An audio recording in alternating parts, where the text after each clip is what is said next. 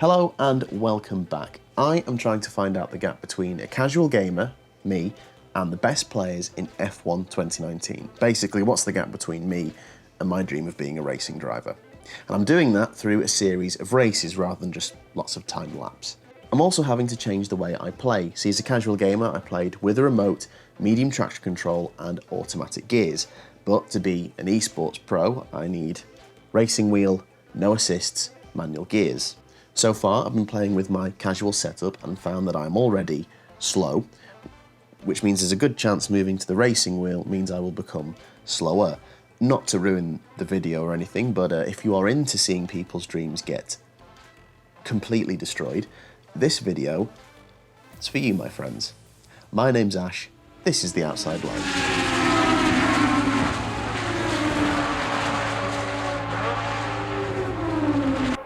So here's where we're up to. After playing with my casual setup, I'm over 6 seconds behind comparing qualifying to time trial. There is a problem with that comparison, I'll come back to it later. But next, it's time to move to the racing wheel. So to ease the transition, I'm keeping my traction control on medium, my gears on automatic, and then just going to the wheel and seeing how that changes things. The wheel I've gone for is the Logitech G29. Basically, did a bit of research, wanted to get a decent wheel, but also didn't want to break the bank, so this kind of hit a happy middle ground for me. And coming into the next race, which was at Interlagos, I was cautiously optimistic. While I've not changed any of the settings, I've still got automatic gears, I've got traction control. Surely changing it to a wheel and pedals, how you drive a car, hopefully shouldn't lose any time, really. Shouldn't get any worse. Yep, it's that time already. It's another instalment of Optimist or Idiot. Here we go, quali at Interlagos. Oh, lock up in turn 1. Oh my word.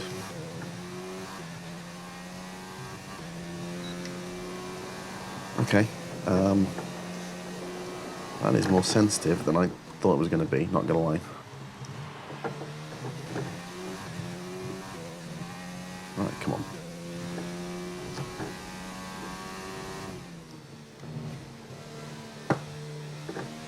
on. Ooh, my word. I do not feel comfortable on the pedals at all. I've nearly lost the back end. I've locked up again, I've locked up again. I've locked up twice in one corner, that's pretty good. Come on, just get around the final bend. Oh my word, the understeer. Yeah, you can see by my face, I am not happy. In this edition of Optimist or Idiot, Idiot takes a resounding win. Now my qualifying time only put me 2 positions down on the grid compared to Abu Dhabi, so 15th, but my time was 4.8 seconds off the pole time. Comparing it to the best time at Interlagos in time trial puts me about 6.8 seconds away. So just from moving to the wheel, I'd roughly lost about a second of pace, and I think I knew why. Honestly, I do not feel comfortable on these pedals at all. I mean, I knew it wouldn't feel like my Citroen, obviously, but I just didn't think it would feel quite like that. And if dealing with my own shortcomings wasn't enough, I was about to get a lesson in what being in an unranked room was really all about. Oh, that's an absolute mess. That's an absolute mess. Okay, you know what? Off you go, guys. Just you know what? You guys just do what you need to do. I'm just going to try and get around this track without murdering anyone or myself. Oh my... Now, in fairness to everyone else, the collision that sent me round was just me not stopping for the madness. Just caught me off guard. It was a complete roadblock, a complete mess. I knew what happened at some point. Yet, despite dropping to dead last going into the first corner, I'd returned to my starting position of 15th, then gained 14th from this oddly stationary car on the start-finish straight, and then if you watch to the right of the screen as we go around the first corner, 2 cars in the pit lane for reasons, even though damage was off. So, up to 12th, the plan was pretty much the same as Abu Dhabi now. Try and get my head down, put in a lap to be proud of, and avoid all the madness. If I felt confident enough, I would take this in a ranked room and hopefully find a few people who weren't just trying to destroy. And if you wait around long enough in an unranked room, destruction will appear. Followed these guys around to the end of lap 3, and as you can see, they just took themselves out. Caught napping as well by Chewbacca in the Renault, but in fairness, you always let the Wookiee win. But I was well aware of my lack of racecraft. I'm not being anywhere near aggressive enough, but the truth is I don't feel confident enough to be more aggressive. I just feel like I feel like I'm fighting the car. And as a result, basically everything that happened to me in this race was a result of what other people did rather than what I did. So, picked up a place to go 10th because of the Williams going off track later in the lap, skip ahead to lap 4, and, well, I'm holding up the 2 Williams now behind me, and they essentially rob me. So I get bashed out of the way by one, and then nudged out of the way by the other. So, daylight robbery from the Williams team there. The absolute cheek. No need to worry, because if you wait long enough, something will come back to you. Starting the final lap, and who should I see but the Red Bull that I punted in the first lap incident off the track there. So back up to 11th, and then on the final lap, something to take as a positive. Oh, we've got a top 10 chance here.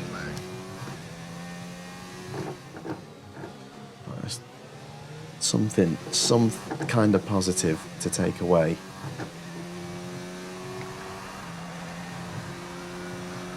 Started 15th, finished 10th. I'll take it.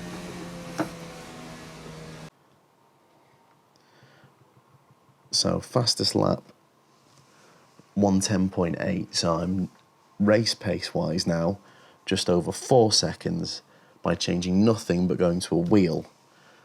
So from going from a form of control that you don't drive a car with to a form of control that you do drive a car with, I have gotten about a second slower in the race. Despite my slightly frustrated demeanour, it actually, when you looked at the times, wasn't really that bad. I'd only lost about 7/10 between moving to the wheel, and when you consider that it was one-shot qualifying, that it could depend on the track that particular lap, realistically, it may not be that bad. I think I felt awful because I didn't feel like I could race very well with the wheel. At least in race 1 in Abu Dhabi, I was jostling with people looking for moves. In that race, I felt like a passenger, which meant my outlook going into the ESPORTS setup race wasn't great. I don't think I'd learn anything. I don't think I'd even set a lap time worth comparing. Not that many that I've set already have been, admittedly. But I'm not going to chicken out. But then the track selection was made. He's put on Monaco.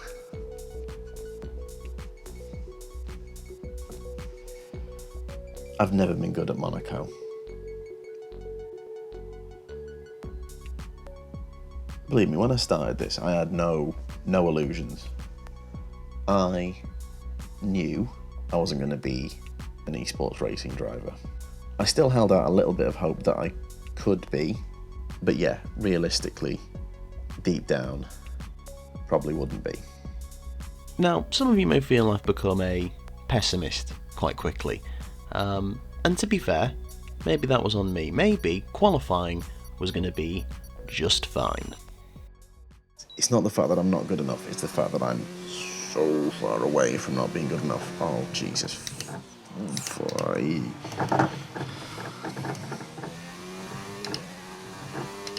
Sorry, I was talking and I forgot I turned everything off.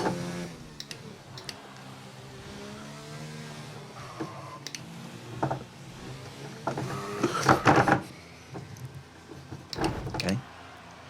We're gonna just spin this round and we're gonna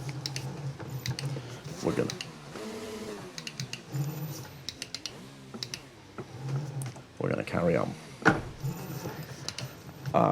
Okay, yeah, right, this is...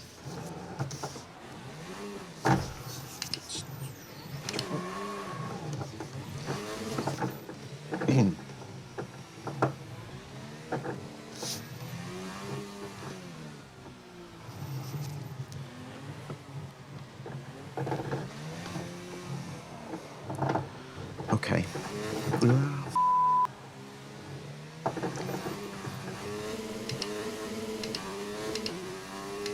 Oh my god, the first 4 gears in a Formula 1 car might as well just... They might as well just not exist, to be honest.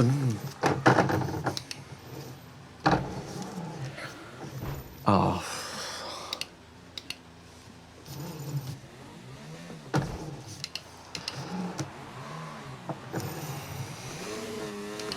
Oh, I'm not gonna set a time. That's all.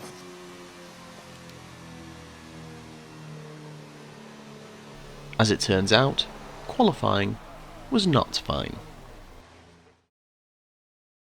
Also, can I take this opportunity to revise my statement on the first 4 gears of a Formula 1 car not needing to exist? Of course they do, I was just irritated / caught off guard by how quickly you change through them. Oh dear. Regretting the whole YouTube channel thing right now, actually. Still, we're on the grid, so on with the race. Now usually I would cut to me for my reaction at the start, but I was completely silent. I just wanted to focus on driving smoothly. Avoid all the nonsense, try not to cause any nonsense myself. That was the plan. So, qualified 15th and last, only 14 made it to the grid, already up to 12th, just from slow and steady. Unremarkable, but that had to be the plan, otherwise I'd be basically sideways or in the wall all over Monte Carlo. Got a few bumps coming through this section. As you can see, there's a Williams with horrific lag, so I think my position fluctuates a fair bit because he just keeps disappearing and reappearing all over the place. But in the top 10 for now. You know, it might not be pretty, it might actually be the worst thing you've seen in terms of a driving game on YouTube, but for the love of God, I am going to try and get round this track without having to do a 67-point turn again. Not again. And in fairness, this is the start of lap 2. We get to midway through lap 3 without any real issues, not holding up a train of cars, no trolley train, like the good old days. And then a wild Mercedes appears. Oh, hello.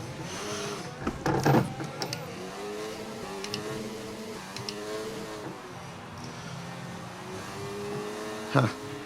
Okay, the incident has been cleared. Let's get back up to racing speed. And they say you can't overtake at Monaco. Sorry, he's hit me. He's hit me. Yeah, he's a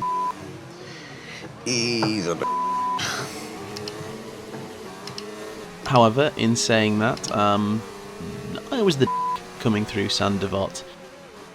Wide on the exit, on the throttle while still on the curb, and I go straight into him. The Alpha tips me round, and I get a 2-second time penalty for good measure. Completely deserved, but I don't think Andy Patakis in the Mercedes will be too angry. I think he was having some problems of his own later in the lap.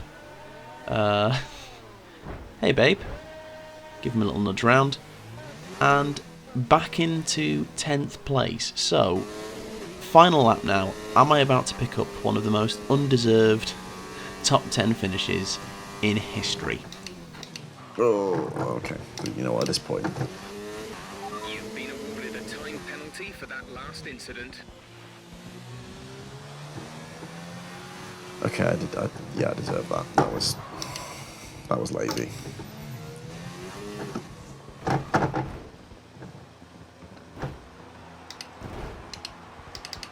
Okay. Oh.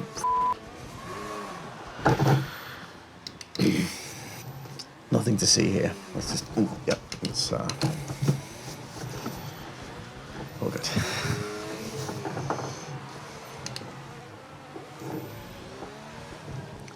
Roll it round. Just roll it round.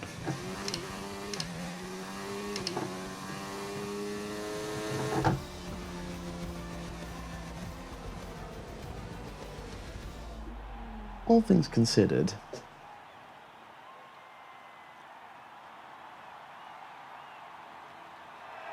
shut.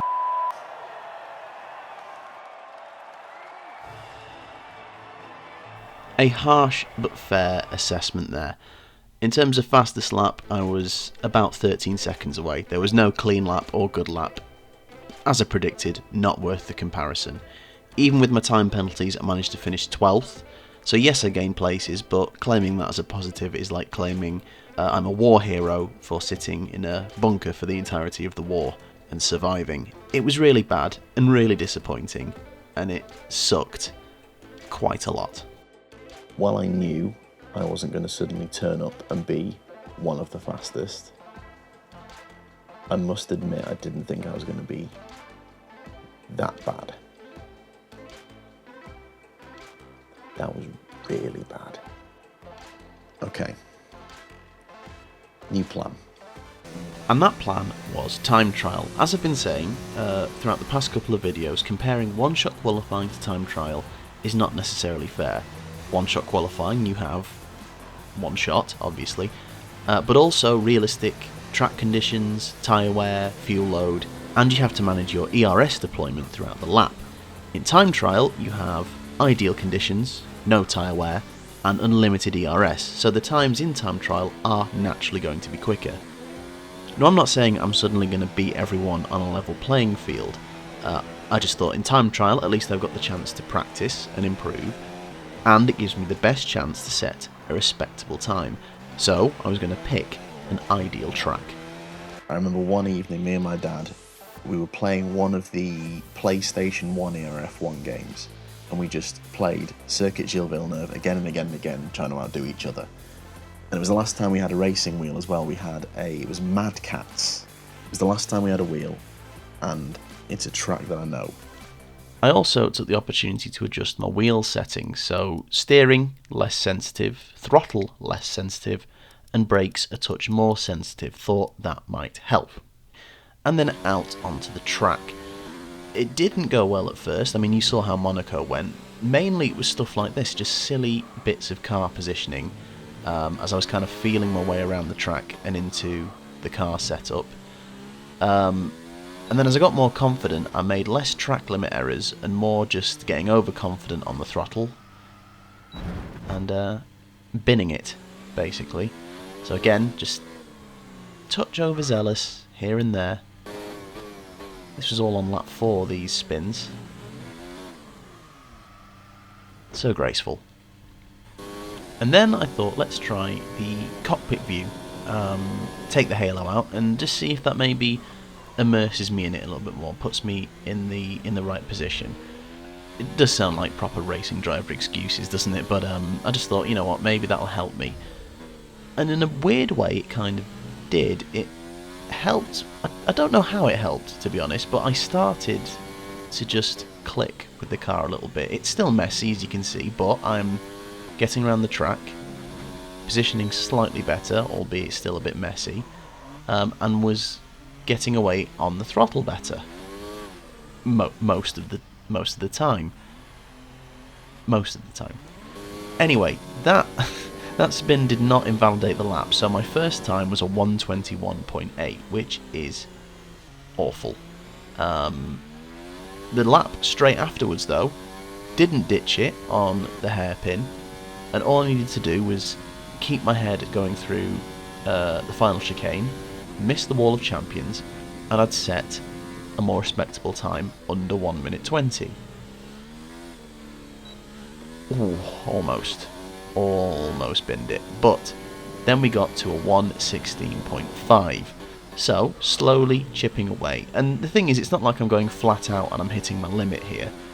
I know this is going to sound very much like silver lining to a massive cloud, but I'd be more annoyed if I was tidy, getting round as fast as I felt I possibly could go, and still only getting very slow times. But here, there's obviously clear room for improvement in gear changing, positioning, braking, throttle, everything. So basically, practice. There is still potential to get better. Anyway, as you can see, I reverted back to my standard view and got it down to a 1:14.8. However, it was late at night, and in a few laps' time I would post my best time in this setup. So we are just coming up to midnight when I'm filming this. I'm starting to get tired and make stupid mistakes. So, with what is essentially the same setup as the eSports Pros, so wheel, pedals, no assists, manual gears, a self-confessed casual gamer on the circuit Gilles Villeneuve, have managed to get myself. Now, just before I show you that lap, what I did was the next morning I jumped back on. There was a different person in 15,000th, so I was chasing a different Ghost. As you can see, it was a McLaren rather than a Ferrari. And basically I went back on with the casual setup. Remote, medium traction control, automatic gears, and then I'd have my final comparison. How far off the pace I was when I used my casual setup, how far I am with an eSports setup, and how much time moving to an eSports setup had cost me. Here are those laps side by side. Casual on the left, as you can see, and instantly I'm looking to attack that first chicane. Admittedly, the car positioning isn't great on either lap, but you can see what the difference is when you've got confidence in your control scheme or what controller you're using. And you know, while I've been watching a lot of Jarno Opmeer's laps, he's a Renault eSports driver, his car positioning is just beautiful, silky smooth laps.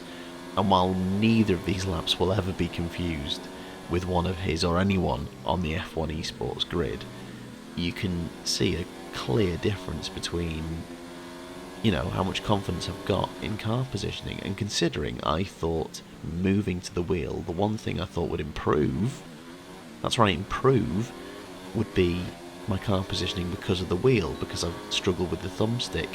I thought my work on the pedals would suffer, but actually everything suffered, and I've consistently opened out the gap throughout the lap. And as I attack the final chicane, we now see what the real damage is.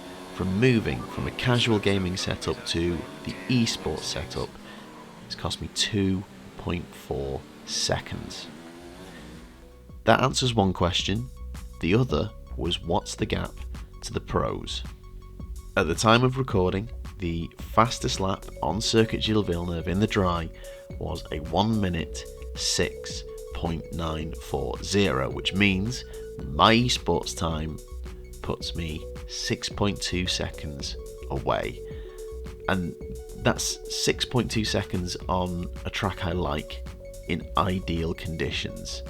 Now, full disclosure, I knew I could have gone into time trial from the beginning to get this comparison, but basically I wanted to go racing. I didn't want to open with a time trial. But long and the short of it is, I've got my answer now. I don't like it, but I've got it. So there we have it, 6.2 seconds off the pace in ideal conditions. So basically, if you throw in some rain or a track I don't like, and the gap could get infinitely worse. I mean, you saw Monaco, that was was pretty bad. Obviously, the way forward is to practice, jump back online, use just the esports setup from now on, get unranked, ranked races under my belt, and improve. And I will, but there are other games to try. Next time, I'll be comparing myself against the best in the game with arguably the biggest esports racing series in the world right now. I'm talking about Gran Turismo Sport. That's next time. Thank you so much for watching. If you enjoyed the video, do please like, subscribe, and comment. There is another video over here somewhere, and I'll hopefully see you next time. Thanks very much.